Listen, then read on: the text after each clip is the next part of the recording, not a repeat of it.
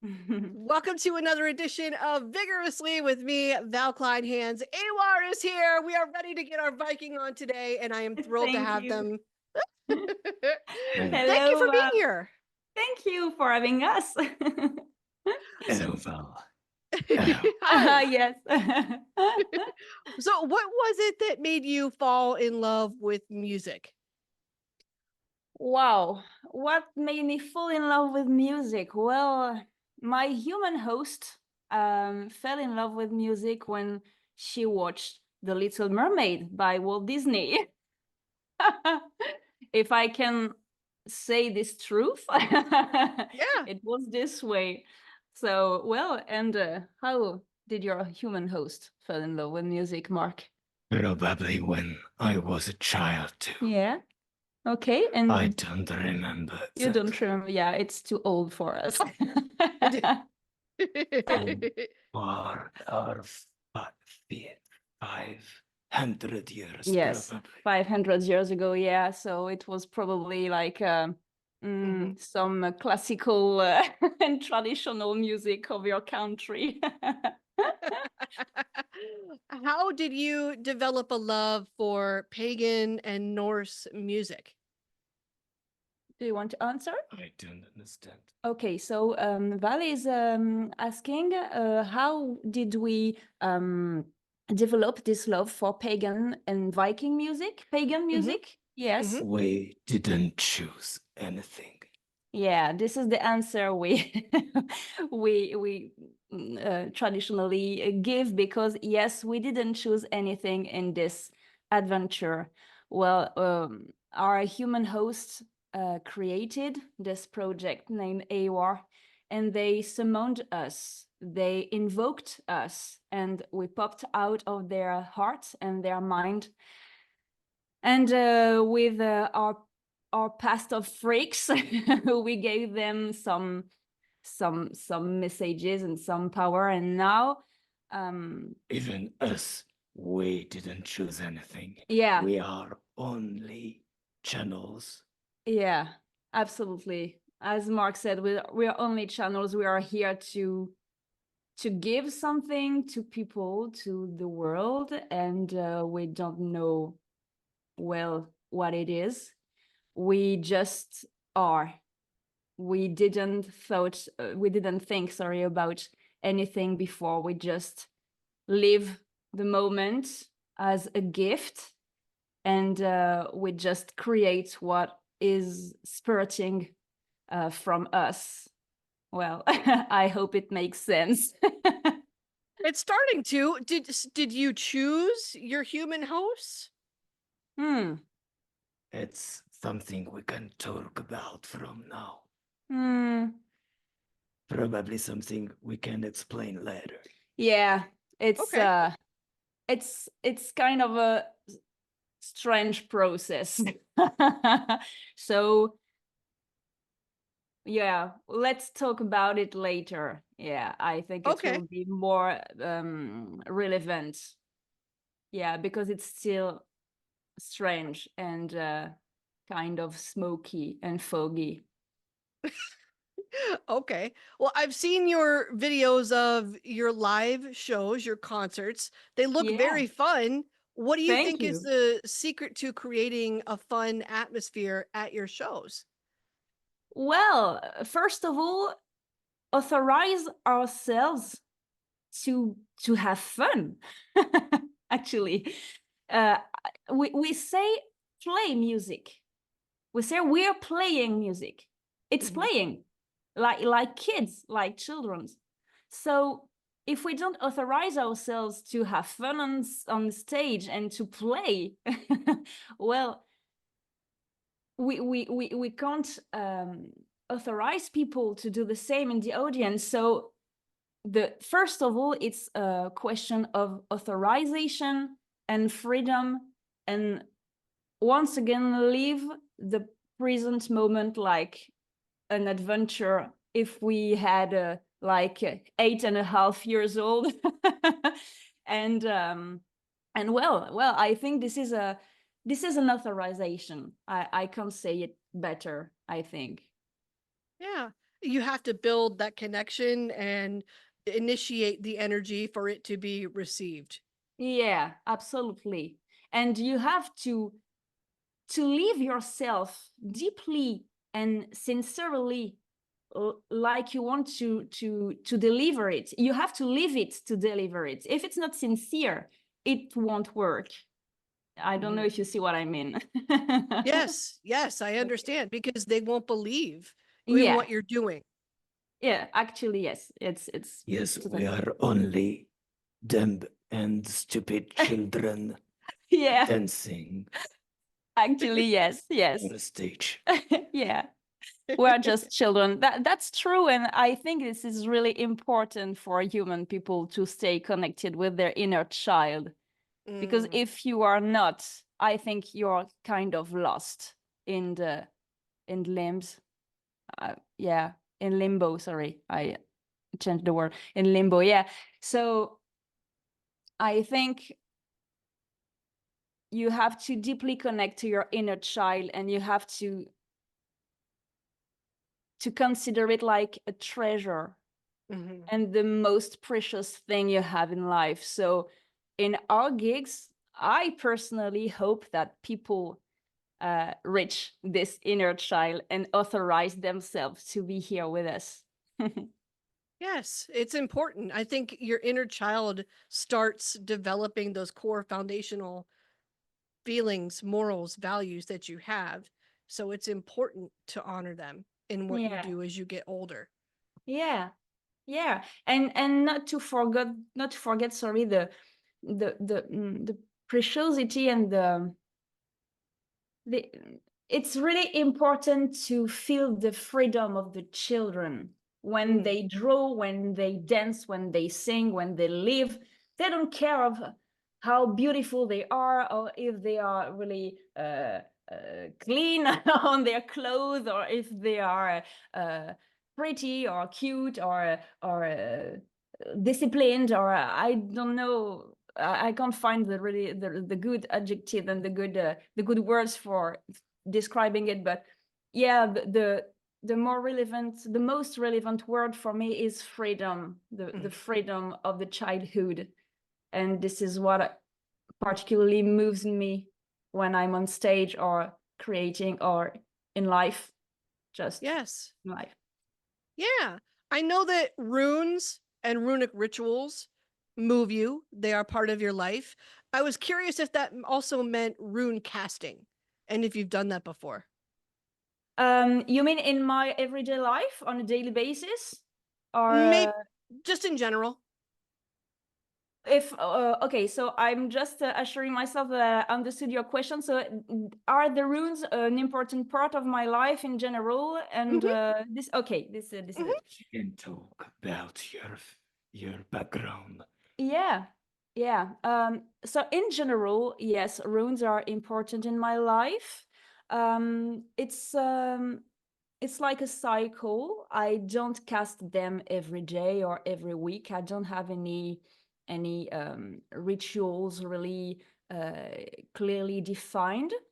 But when I need them, I have like a calling in me, and I know that when I start saying runes in my everyday life, like Eihwars or Nodis or I don't know, and I see them pop everywhere in my everyday life. This is sometimes what I can call a call from runes, Yes. and I know I have to work with them, or there is a message. So I always listen because I am a really obedient person to, well, more what's above our heads. I don't know what it is. I don't know if they are gods, or if they are guides or stars or nature or universe. I don't know, but well, I know there are messages. Oh, well, I feel there are messages. I can't say that I know because I don't know anything, but well, runes are an important part of my life because I had a runic ritual like 4 years ago now, and from this day, well, my human host, actually, not me, but my human host had a runic ritual, and thanks to this, she saw me. She saw me in visions, and she didn't know it was actually me. She saw a woman on a stage with golden light going out of her hands and mouth in front of a huge audience. And well, 3 years later, sorry, I just appeared. And when I was on these big stages, I could hear her saying in her head, okay, it was you. Yes. And yes, it was me. And we connected and we met. And so this runic ritual was really important for both of us, for her and for me, because I could appear thanks to this. And probably you can explain the importance of Barano on the runic ritual. Yeah, Barano was the most moving experience when I hold this rune in my hand during this runic ritual. My human host cried instantly, and her period started instantly too. And it was like, okay, this is a really strange experience. It's like powerful. Yeah, water and blood going out of my body, and I was like, okay, I think this is the starting point of something really important in my life. And then a lot of obstacles. Yeah, I don't know if the word is existing in obstacle. Yes. And well, my life was different then, and Barano was really, really, really moving, and it's a beautiful rune full of fertility, full of love, full of sacred feminine power, and it's I feel its power every day. Yes, I connect really with cool. that. I do, because I had an experience like that with the wild ox rune. I don't know how to properly say it, but I know that that's what it means, at least in English. And apparently that's a very like strong-headed, you use that rune for strength and power when you need it. And I remember that I was reading about rune casting. I was reading about runes and learning about them. And for some reason, the page in the book just kept turning back to that rune. And I like to read before bed sometimes. So I fell asleep after reading, and then I woke up just very clear-minded about my path in radio and my path in music. And I suddenly was just gifted the steps mentally to understand how to pursue that, whether it's with, networking and talking with other people in the industry, getting the courage to put myself out there. I believe that sometimes there are particular runes that we can resonate with that reach us for a reason. This was a calling. This was what I call the calling.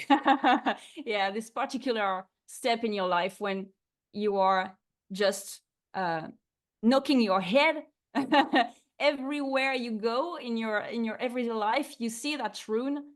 So the fact that every time you open that book, you just hit this page.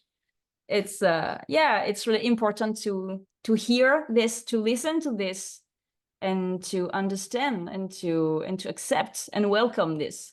Yes. So what does the future for Eihwar look like? What are we excited about coming next? Well, our album is going to be released on September 20, and we are really excited about this because it's like the fulfillment of the first chapter of Eihwar. And there are many tour dates arriving also in Europe. So we just announced it like 2 days or 3 days ago. I can't remember exactly. And well, we are. It's incredible. We are not stopping. It's like a race, and an Yes. everyday race. So it's exploding. So we kind of have some difficulties to manage everything at the same time. Like it's so fast and everything goes so fast. So well, for the moment, the release of the album, then the tour, and well, after we already have some ideas for the second album. So well, we look forward to composing again. It's the my favorite part of the process. Yes. Well, so do you control what your hosts put out musically? Do you tell your host how to put out the music? Well, actually, when our human host composed, we are here. We always are here. We're not so far, because when my human host sing, for example, I'm here to deliver her the messages and to deliver her the language and the word and the ideas. And actually, she sings, well, like one shot. It's one take in recording, because I'm here and I say, this is what you have to do. So they are pretty obedient. So so it works really well. Do you want to say something? Very important in the creative process. Yeah. To keep this one shot attitude. Yeah. Because when you do something without thinking before, you are connected with something very rare. And very precious. Yeah. Yes. It's like it's a kind of magic.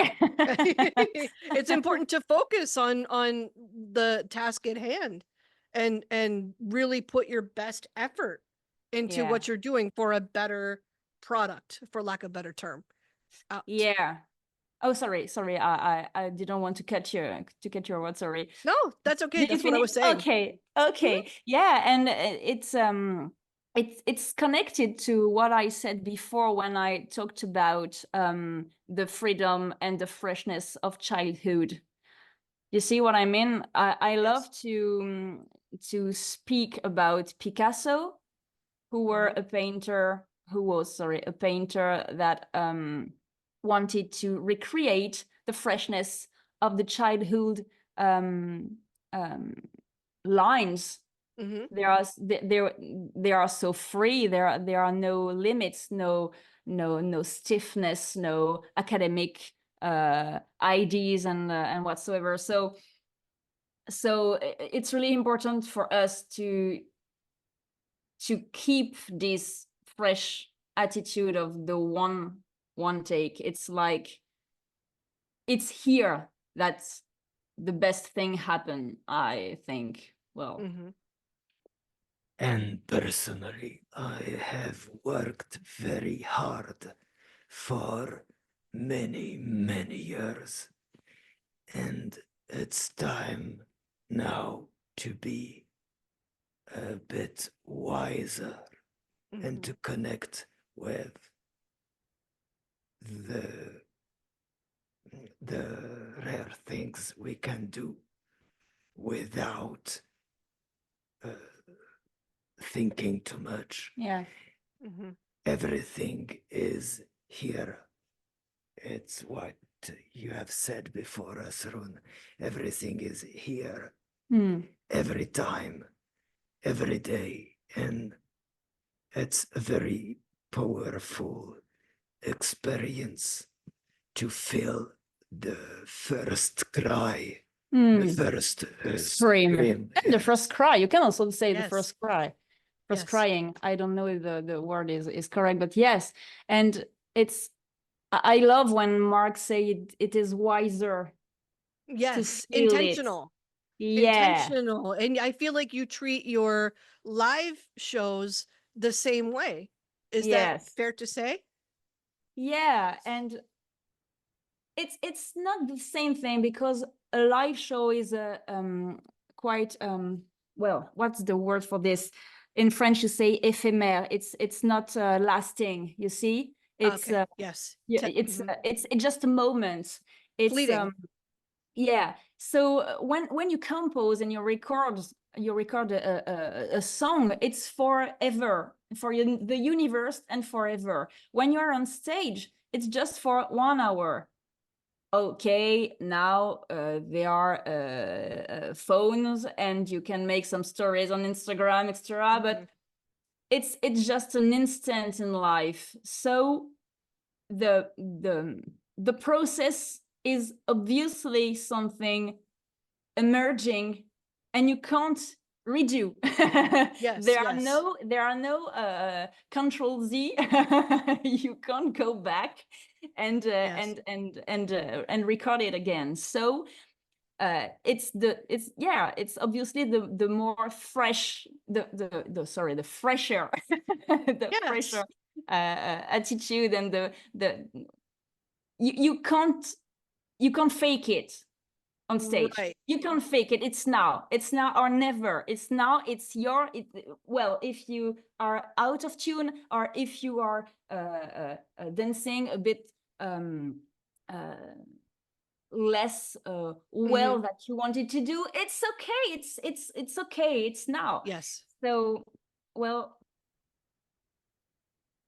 I think this is the more important, to be wise enough, like Mark said, to enjoy the moment, enjoy what you do now, without be shamey or Guilty without feeling guilt about it. yeah, guilty, or well, frustrated because you didn't do exactly what you wanted to do. And to keep it in the record sessions is also important, because when you have this freedom, when you have this freshness, it's Yes.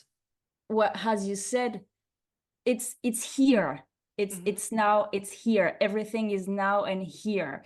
And if you think too much, and if you record too much, you lose what is the most precious and important. Yes. Now we continue our path, and we are building something for the live show.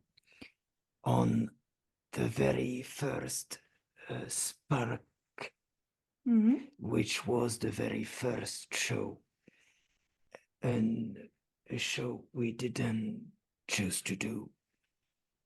And for this first show that you can see on YouTube now. Yeah, you speak about Ragnarok Live. Yes. Okay, this was our first show, very first gig. Yeah.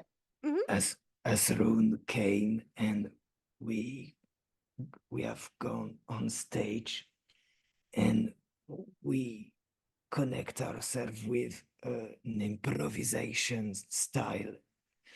It was something very improvisated. Yeah, it was not thought. Yeah, we came on stage and I just said, okay, we don't know what we are going to do now. So yes, we worked a bit. We had some rehearsals extra, but well, a very first gig with a band made by two freaks that we didn't know really much each other. It was like we are born on stage. We are born in this gig. This is what you wanted to say, yeah. And so everything in this project is a kind of mushroom.